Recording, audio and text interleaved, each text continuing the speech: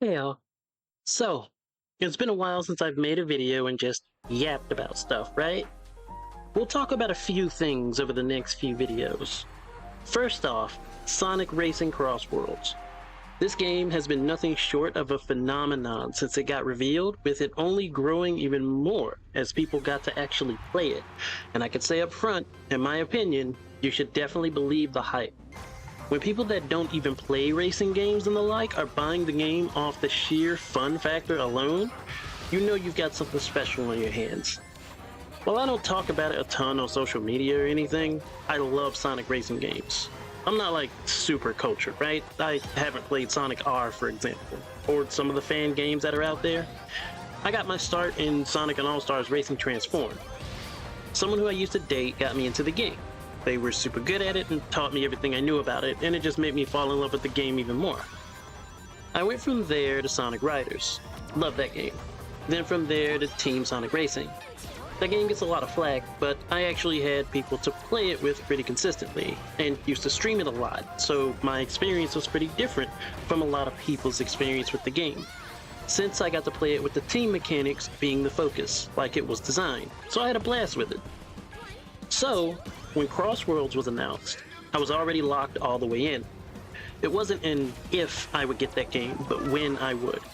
I got my pre-order locked in, and I took part on both the initial beta, which I loved, and the recent open network test. Both times, I came away with the feeling of this is easily the best kart racing game I've ever played. Now we're weeks away, and I want to play more of it. It's so very good. The tracks and characters have so much personality and life to them, and there's actually a strong sensation of technicality to how the game feels when you're racing.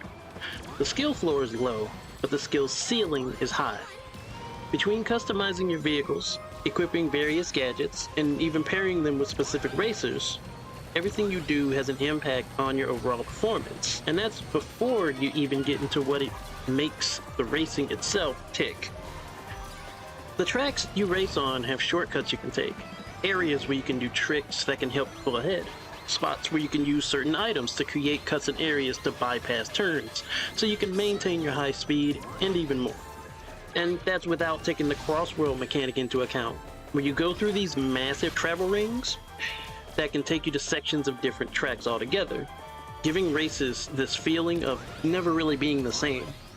That's the big gimmick, and they're leaning hard into it, but it's not the first time they scratched the surface of using that idea. Back in Sonic and All-Stars Racing Transformed, there was a stage called Race of Ages. At a particular part in the stage, whoever was ahead could go in a specific direction to choose whether the next part of the stage would be centered around using boats or using planes. It wasn't quite the Crossworlds gimmick in play, more like baby steps towards what would be in the future. That, in turn, touches on another thing Sega's doing with this game, taking old ideas and refreshing them, applying them to the current game and its format to make it play more smoothly overall. To that end, they've added the Extreme Gear as an alternative vehicle. The Extreme Gear debuted in Sonic Riders, which is an amazing Sonic racing game in its own right. That game brought in mechanics like the slipstream, which would let you tail someone ahead of you, literally riding their wave of momentum to gain speed and catch up by boosting afterward. Team Sonic Racing implemented it for its driving mechanics moving forward, letting you follow the trail of an ally to build up a boost, while building towards your current top speed. Then, once you left that trail, you shoot forward at a high speed. Now, it's in Crossworlds as well, working most similarly to its Team Sonic Racing functionality. There's a lot that can be said about the different vehicle types, in and of themselves too. Speed, power, handling, and acceleration types have their own stats and capabilities on the track, while extreme gear boards themselves slot into the boost typing. Speed types can build to high top speeds overall, but tend to be the second lightest vehicles on the track next to extreme gear. In both cases, if they take a hit or spin out for any reason, it becomes a task for them to regain momentum, because they also recover more slowly from the heavier hits. Acceleration types don't have as high a top speed, but can build to their top speed faster. They're slightly heavier than speed types too, thus recovery from certain hits is a little better. Handling types are around the same weight area as acceleration types, but as the name implies, they focus on how your vehicle handles. They may not have the best top speed or durability, but the fact that they can handle certain areas of the track with much more ease than other types in the right hands helps to keep them competitive. Power types don't have as high a top speed overall, and not the best handling, but they're the heaviest vehicles on the track, and as such will recover from hits more quickly than others. Finally, there's the extreme gearboards, the boost types. The glass cannons of the game, they have extremely high boost stats from the jump. The higher your boost stat, the faster you build your boost gauge. Level 1 and Level 2 boosts give you a proper speed boost to a temporary high speed cap that's a bit above your norm, while a Level 3 boost extends the duration that you keep that top speed, so long as nothing interferes with you. This gives extreme gear an extremely potent risk versus reward playstyle for having insanely high speeds, but taking hits is an absolutely brutal affair for them, often resulting in an extreme gear user losing several places at once without being able to recover without a lucky item roll. Now, here comes a spot where I push a little criticism towards the open network test specifically. All of these facets of the various vehicles and such should mean that things are pretty well balanced out. However, recalling my earlier mention about the gadget system in the game, gadgets are a huge game changer.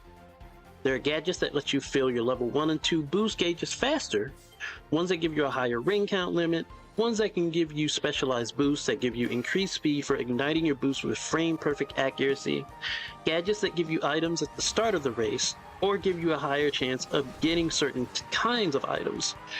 There are gadgets that can give any vehicle the ability to recover from hits as quickly as power types.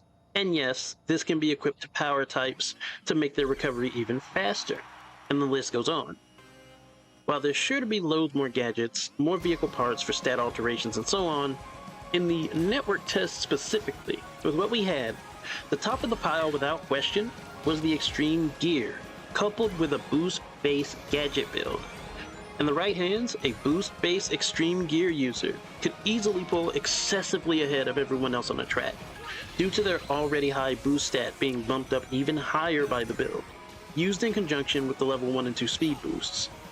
A good EG boost build player could employ snake boosting on straightaways and keep a high top speed consistently that no other vehicle could reliably challenge. This was such a big deal, in fact, that most of the top 50 players in the ONT were using that exact build. Even with time attack records, anyone who had a world record setting pace was using that build combination.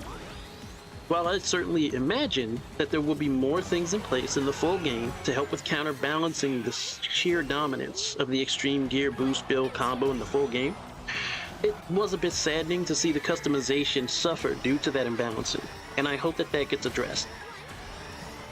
Oh, and of course we can't talk about a Sonic game in general without talking about the music, and the music in Crossworlds has been nothing short of awesome. Please make it a point to listen to some of these as you watch the rest of this gameplay, which hopefully you enjoy. Oh, one last thing. If you're on the fence about the game and you missed out on the beta and test, there will be a single player demo released in the middle of the month, so keep an eye out for that. Thanks to anyone who took the time to listen to me ramble, and hopefully I'll see some of you on the racetrack when the game drops. Like and subscribe, all that good stuff. Take care of yourselves and stay awesome.